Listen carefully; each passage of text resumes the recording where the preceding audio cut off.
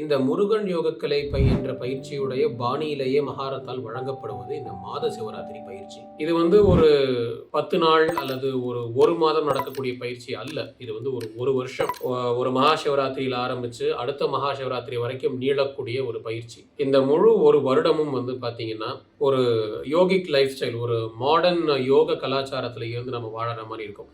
அந்த முறைகளை, அந்த வழிமுறைகளை நம்ம கடைபிடிக்கிற மாதிரி இருக்கும். இந்த மாத சிவராத்திரி பயிற்சியில் நம்ம உடலில் இருக்கக்கூடிய இந்த நாடிகள், பிளட் வெசல்ஸ் சொல்லலை, இந்த சக்தி நாடிகள், எனர்ஜி சேனல்ஸ், இதுங்க எல்லாத்தையும் பார்த்தீங்கன்னா கிளென்ஸ் பண்ணி, டார்மண்டாக இருக்கக்கூடிய நாடிகளை ரெஜுவனேட் பண்ணி, இந்த மாதிரி பார்த்தீங்கன்னா அதாவது எங்கேயாவது தேக்கம் பெற்றிருக்கு, பிராணசக்தி ஏதாவது இந்த ஒரு நாடியில் தேக்கம் பெற்றிருக்குன்னா அதையும் பார்த்தீங்கன்னா பயிற்சிகள் கொடுத்து முதல்ல அதை ஸ்ட்ரென்தன் பண்ணுவோம். ஸ்ட்ரென்தனிங் அண்ட் இந்த ரெஜுவனேஷன் முடிஞ்ச பிறகு இந்த மூலாதாரம், சுவாதிஷ்டானம், மணிப்பூரகம், அநாகதம், விஷுத்தி, ஆகினை, மேலே சஹஸ்ரம் அப்படின்னு ஒன்று 7வது சக்கரம் இருக்கிறதா சொல்கிறாங்க. 7வது சக்கரம் இருக்கிறது சரிதான். ஆனால் இந்த 7வது சக்கரமான இந்த சஹஸ்ரமானது நம்முடைய உடலுக்கு வெளியே கொஞ்சம் மேலே தான் பார்த்தீங்கன்னா இருக்கும். மூலாதாரம் டு ஆகினை, ஏன்னா இது மட்டும் தான் உடலுக்குள்ள இருக்கு. இந்த 6 ஆதாரங்களும் நம்முடைய சக்தி உடல்ல இருக்கு. இது நம்ம மனித உடல்ல கிடையாது. இதுல இந்த ஸ்ட்ரென்தனிங் ஆனதுக்கு அப்புறம் இந்த சக்கரங்களுக்கு பயிற்சி கொடுத்த எனர்ஜைஸ் பண்றோம் இல்லைங்களா, அதற்கு தான் ஆக்டிவேஷன் என்று பெயர். இந்த சக்கரா ஆக்டிவேஷன் மூலமா தான் எனக்கு பார்த்தீங்கன்னா இந்த சக்கரா ஆக்டிவேஷன் அண்ட் அவேக்கனிங் சிம்டம்ஸ்கள் எல்லாம் வந்திருக்கு. அந்த அனுபவங்களை தான் உங்களிடம் பகிர்ந்து கொள்ள போகிறேன். இது எனக்கு அனுபவம். இப்போ யோக அனுபவங்கள் எல்லாருக்கும் ஒரே மாதிரி இருக்காது. இன்ஃபேக்ட் ஒரு சக்கரம் என்ன செய்யும்னு சொல்ல முடியும். ஒரு ஆதாரம் எதற்கானது, அதோடைய பிரைமரி ஃபங்க்ஷனாலிட்டிஸ் என்னன்றதை நம்மளால சொல்ல முடியும். பட் அந்த எல்லா ஃபங்க்ஷனாலிட்டிஸ்லையும் எல்லாருக்கும் பார்த்தீங்கன்னா உங்களுக்கு அனுபவம் வந்துடாது. சிலருக்கு வரும், சிலருக்கு வரதே தெரியாத அனுபவங்கள். அதுபோல இது என்னுடைய அனுபவத்தில் பார்த்தீங்கன்னா நான் கற்றுக்கொண்டது, நான் அப்சர்வ் பண்ணது. வாங்க நம்மளுடைய வீடியோக்குள்ளே போகலாம். இப்போ இதில் முதல்ல பார்த்தீங்கன்னா இந்த சக்தி நாடிகளை கிளென்ஸ் பண்ணுறது, சீரமைப்பது என்று ஒரு விஷயம் சொல்லியிருந்தோம் இல்லைங்களா. இதற்கு முதல் படி நாடி சுத்தி. முதல் நாடி சுத்தி பயிற்சிகள் வழங்கப்பட்டுச்சு. அதுவும் இதில் ஒரு பிரத்யேகம், ஒரு விசேஷமான விஷயம் என்னன்னு பார்த்தீங்கன்னா, இந்த ஒரு நாளுடைய 4 சந்தியா கால வேலைகள் இருக்கு இல்லைங்களா. காலையில் 6, மதியம் 12, அப்புறம் திரும்ப ஈவினிங் 6, அப்புறம் விடியற் கால 12 மணி. இந்த 4 சந்தியா கால வேலைகளின் போதும் இதில் முதல்ல 3 காலத்துக்கு தான் பார்த்தீங்கன்னா பயிற்சி கொடுக்கப்பட்டுச்சு. இந்த சந்தியா கால நேரங்களில் எப்படி நாடி சுத்தி பயிற்சிகள் செய்யணும் அப்படிங்கிறது பார்த்தீங்கன்னா சொல்லி கொடுத்தாங்க. அதன்படி இந்த நாடி சுத்தி பயிற்சி போயிட்டு இருக்கும்போது தான் கடைசியில் பார்த்தீங்கன்னா இன்னொரு வித்தியாசமான ஒரு நாடி சுத்தி முறை கொடுக்கப்பட்டுச்சு. இந்த பிரத்யேகமான இந்த ஒரு ஸ்பெஷல் நாடி சுத்தி பயிற்சிகள் பார்த்தீங்கன்னா என்ன பண்ணுச்சுன்னா, உடலில் இருக்கக்கூடிய இந்த நாடிகளுடைய சென்சிட்டிவிட்டி பார்த்தீங்கன்னா கொஞ்சம் மிகைப்படுத்தி நமக்கு தெளிவாக சென்சிட்டிவாக காட்டுச்சு. முதல்ல சொல்லிக் கொடுத்த இந்த நாடி சுத்தி பயிற்சிகள் வேலை செஞ்சுக்கிட்டே தான் இருந்திருக்கு.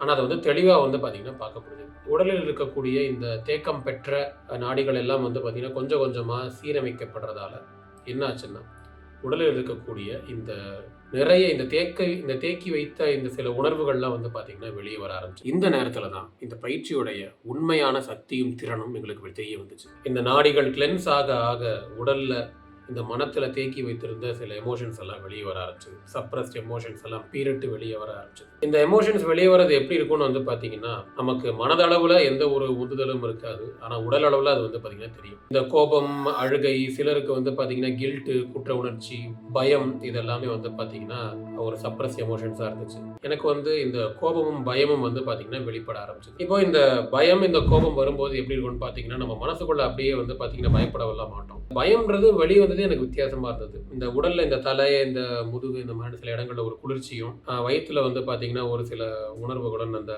இந்த பிரெத் பார்த்தீங்கன்னா கொஞ்சம் ஷாலோவா ஃபாஸ்டா இருக்கும். இந்த பயப்படும் போது நமக்கு எப்படி இருக்குமோ அந்த மாதிரி இருக்கும். அப்புறம் நெஞ்சில் பார்த்தீங்கன்னா ஒரு ஒரு ஒரு ஹெவியா பார்த்தீங்கன்னா ஃபீல் ஆகும். இதுக்கப்புறம் தான் பார்த்தீங்கன்னா தெரிஞ்சது, பயப்படுறோம், சரி எதுக்கு பயப்படுறோம்னு தெரியல. மனசுக்குள்ள பயம் இல்லை, இந்த உடல்ல மட்டும் இந்த இதெல்லாம் தெரியும். அப்புறம் தான் தெரிஞ்சது இது பார்த்தீங்கன்னா இந்த சப்ரஸ்ட் எமோஷன்ஸ் எல்லாம் வெளியேறுது, இந்த நாடிகள் கிளென்ஸ் ஆகுது அப்படிங்கிறது தெரிஞ்சது. இது மாதிரி தான் நிறைய பேருக்கு உணர்வுகள் வெளியே வர ஆரம்பிச்சது. சிலருக்கு கோபம், சிலருக்கு சோகம், சிலருக்கு குற்ற உணர்ச்சி, இதெல்லாமே. இந்த ஃபேஸ் பார்த்தீங்கன்னா உங்களுக்கு இன்டென்ஸாக இருக்கும். இது என்னன்னா இந்த உணர்வுகள்லாம் பார்த்தீங்கன்னா மாற்றி மாற்றி நமக்கு கொஞ்சம் அங்கங்கே வெளியே வர்றதும் சரி. அதே நேரம் நம்முடைய இதுக்கு முதல்ல பார்த்தீங்கன்னா உங்களுக்கு ஒரு பெரிய ரெஸ்ட்ரிக்ஷன் சார்ட்ஸே கொடுத்துருப்பாங்க. இந்த விரத முறைகள் இப்படி இருக்கணும் அப்படின்னு. ஸோ இந்த கைட்லைன்ஸையும் கடைபிடிக்கணும். இந்த உணர்வுகளும் வந்து பார்த்தீங்கன்னா அப்பப்போ வந்து இப்படி எட்டி பார்த்துக்கிட்டு இருக்கோம் உடலில். இது இல்லாமல் நம்முடைய நார்மல் லைஃப் ஸ்டைலும் போயிட்டுருக்கோம். ஸோ இதெல்லாம் வந்து பார்த்தீங்கன்னா இது ஒரு எப்பா அப்படின்ற ஒரு பயங்கரமான ஒரு இன்டென்ஸ் ஃபேஸாக இருந்துச்சு. இதை கடந்ததுக்கு அப்புறம் வந்து பார்த்தீங்கன்னா கொஞ்சம் ஒரு கேப் கொடுத்தாங்க. ஒரு 3 to 4 டேஸ் வந்து ரெஸ்ட் எடுக்க சொன்னாங்க. அந்த நேரம் வந்து ரொம்ப ரொம்ப பீஸ்ஃபுல்லாக இருந்தது. புயலுக்கு முன் அமைதி போல. இதுக்கப்புறம் மூலாதாரத்தில் வந்து பார்த்தீங்கன்னா ஒரு சத்சங்கம் கொடுத்தாங்க. இந்த மூலாதாரம் அப்படிங்கிறது நிலத்தன்மையை சார்ந்தது அல்ல. இது வந்து அக்னித்தன்மையை சார்ந்தது. இந்த மூலக்கணல் அப்படின்னு நம்ம திருமூலர், கருவூரார் சித்தர்லாம் சொல்றாங்க இல்லைங்களா? மூலக்கணல். இந்த மூலத்தில் இருக்கக்கூடிய இந்த அக்னி என்ற இந்த கணல் தான் உடல்ல இருக்கக்கூடிய எல்லா அங்கங்களுக்கும், உறுப்புகளுக்கும், சக்கரங்களுக்கும் உங்களுக்கு எனர்ஜி கொடுக்கும்.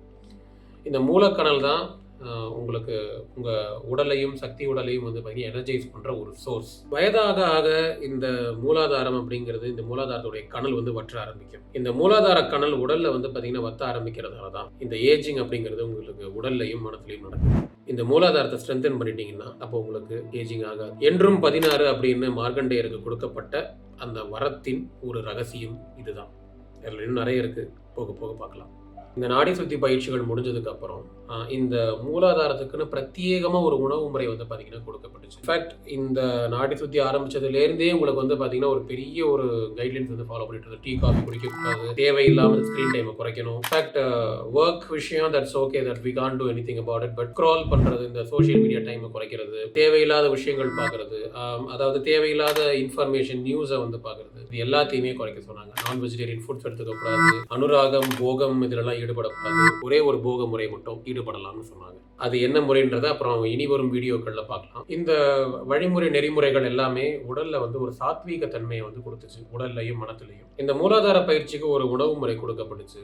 அது வந்து பார்த்தீங்கன்னா ஒரு டிலிஜென்ட்டாக ஃபாலோ பண்ணும். ஒரு 15 நாள் இருக்கும். அதுக்கப்புறம் தான் வந்து பார்த்தீங்கன்னா உங்களுக்கு பயிற்சியே கொடுக்கப்பட்டுச்சு. அஃப்கோர்ஸ் சக்தி பதம் இருந்தது. இந்த பயிற்சியில் ஒரு எனர்ஜி கொடுத்து தான் இனிஷியேட் பண்ணாங்க.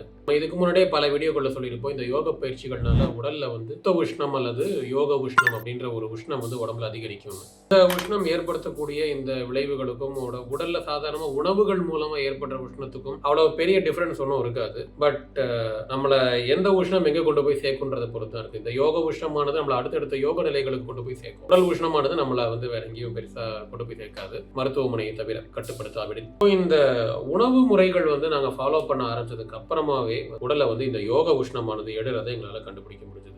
எந்த அனுராகத்துக்கும் எந்த போகத்துக்கும் வந்து பார்த்தீங்கன்னா தடை விதிச்சிருந்தாங்களோ, மூலாதாரம் அப்படிங்கிறது உங்களுக்கு இந்த அனுராகம், போகம், ரீப்ரொடக்ஷன் சம்பந்தமான விஷயமும் கூட. மூலாதாரம் ஏற்கனவே ஒரு கணல் இருக்கக்கூடிய இடம். அதில் இன்னும் அந்த கணலை வந்து பார்த்தீங்கன்னா இன்னும் நம்ம க்ளோ பண்ணுறோம், இன்னும் அதை கேட்டலைஸ் பண்ணுறோம் பயிற்சிகள் மூலமாக. இப்போ என்னாச்சுன்னா எந்த அனுராகத்தையும் எந்த போகத்தையும் வந்து பார்த்தீங்கன்னா கொஞ்ச காலத்துக்கு இந்த பயிற்சி காலம் வரைக்கும் ஒத்தி வைக்க சொன்னாங்களோ, இந்த யோகா மற்றும் சுத்த உஷ்ணத்தால் உடம்புல வந்து பார்த்தீங்கன்னா அந்த அனுராகம் மற்றும் போக சிந்தனைகள் அதிகமாக ஆரம்பிச்சது. இது எல்லாருக்கும் அனுராகம் மற்றும் போக உணர்வுகள் அதிகமானாலும் நிறைய பேருக்கு இந்த கில்ட்டு, சோகம், இந்த இந்த இந்த இந்த எமோஷன்ஸ் பர்ஸ்ட் ஆகிறது எல்லாமே நடக்க ஆரம்பிச்சது. இந்த ரெஸ்ட்ரிக்ஷன்ஸை ஃபாலோ பண்ணிட்டு இந்த விளைவுகள் கூட சேர்ந்து நம்முடைய சாதாரண வாழ்க்கையும் பார்த்துட்டு இந்த மூலாதார பயிற்சியை கடந்து முடிக்கிறதுக்கு வந்து பார்த்தீங்கன்னா ஒரு அசாதாரணமான ஒரு வைராகியம் தேவைப்பட்டுச்சு.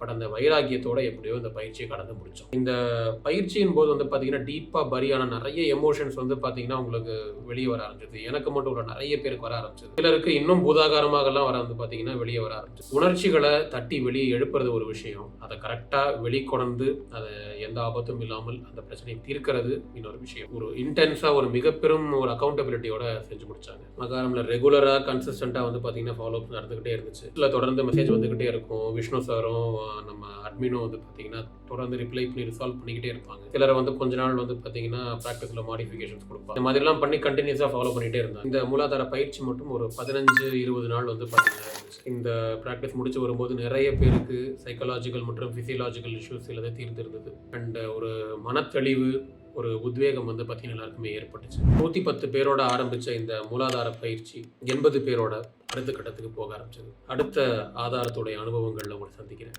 சர்வமும் சிவமயம்.